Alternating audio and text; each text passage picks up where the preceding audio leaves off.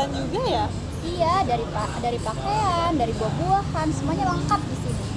Tapi kan tau nggak sih kalau di sini tuh juga dipungut retribusi. Retribusi? Maksudnya gimana? Kita kalau ke pasar aja, jalan-jalan aja nih, nggak beli apa-apa, kita bayar juga? Bukan kita sebagai pembeli, tapi pedagangnya yang bayar ke Pemda supaya mereka tuh tetap bisa jualan secara resmi dan teratur. Wah, menarik juga ya. Ternyata ada peraturan yang mengatur. Iya. Ada kamera. Yap, yuk kita bahas.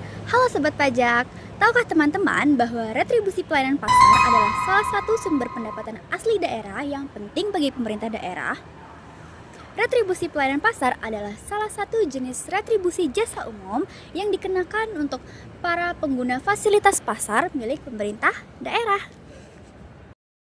Berdasarkan Undang-Undang Nomor 1 Tahun 2022 tentang hubungan keuangan antara pemerintah pusat dan pemerintah daerah, Pemda berwenang untuk memungut retribusi atas pelayanan publik yang diberikan, termasuk salah satunya retribusi pelayanan pasar. Di Kabupaten Purbalingga, retribusi pelayanan pasar ini diatur dalam Peraturan Bupati Nomor 55 Tahun 2024. Peraturan ini mengatur mengenai tata cara pemungutan retribusi pelayanan pasar yang berlaku di seluruh pasar di Kabupaten Purbalingga.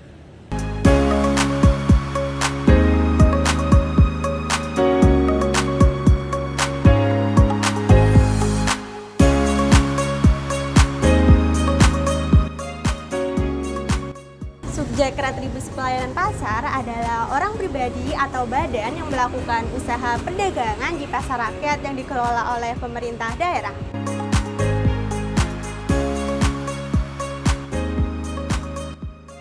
Wajib retribusi adalah orang pribadi atau badan yang memperoleh fasilitas pelayanan pasar yang ditetapkan melalui NPWRD berdasarkan surat keterangan hak menempati dan surat keterangan hak berjualan. Wajib retribusi membayar retribusi berdasarkan hari buka kios, los, atau hamparan dan membayar sebesar 50% apabila tutup dan tidak berjualan. Pembayaran retribusi dilakukan secara manual menggunakan karcis atau data elektronik. Pemungutan retribusi dilakukan oleh petugas pemungut retribusi menggunakan alat mesin M-Pos, kartu e-retribusi, e-billing, SKRD, dan ketetapan lain yang dipersamakan. Contoh karcis yang digunakan sebagai SKRD adalah sebagai berikut.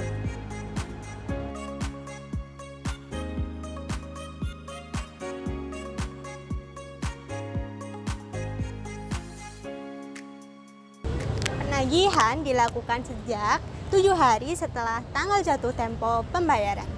Kemudian ketika wajib retribusi tidak melakukan pembayaran, maka dikenakan sanksi sebesar 1% dari retribusi terutang atau retribusi kurang bayar. Selain itu, wajib pajak juga dapat dicabut izin SHM atau SKB ketika dia tidak membayar selama 3 bulan. Oke, selanjutnya yuk kita cari tahu tentang tata cara pemungutan retribusi pelayanan pasar secara manual yang ada di Kabupaten Purbalingga. Jadi gini nih tata cara pembayaran retribusi secara manual.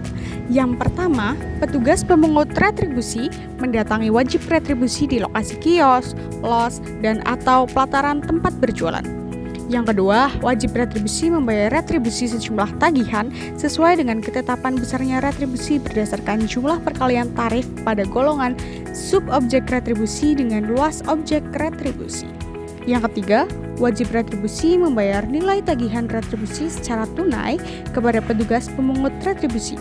Yang keempat, petugas pemungut retribusi menerima uang tunai dari wajib retribusi dan petugas pemungut memberikan karcis senilai besarnya retribusi yang diterima dan atau dibayarkan oleh pedagang.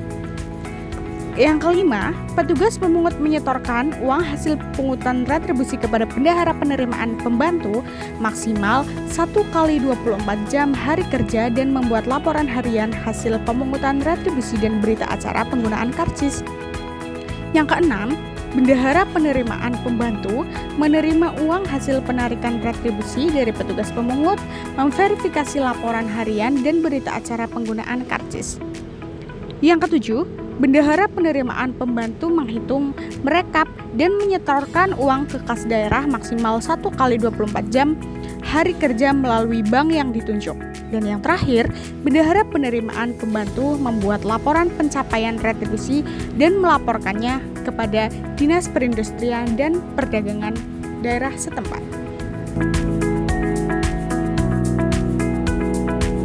Kalau tadi tata cara pembayaran retribusi pelayanan pasar secara manual, kali ini kita akan membahas mengenai tata cara pembayaran retribusi pelayanan pasar menggunakan sistem elektronik.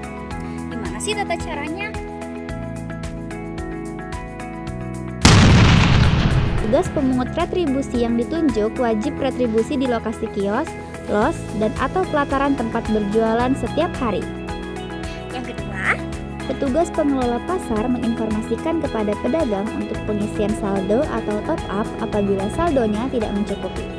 Yang ketiga, pedagang mengisi saldo atau top up. Yang keempat, petugas pengelola pasar melakukan tapping atau pembayaran dengan cara menempelkan kartu e-retribusi masing-masing pedagang ke mesin M-Pos.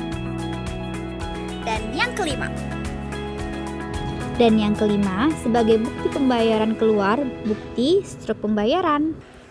Apabila terdapat salah satu atau beberapa kendala dalam melaksanakan pembayaran retribusi tersebut dalam waktu 1 kali 24 jam atau bahkan dalam 1 kali 24 jam belum terselesaikan, maka pembayaran retribusi pelayanan pasar dapat dilakukan secara manual atas persetujuan Kepala Dinperindak.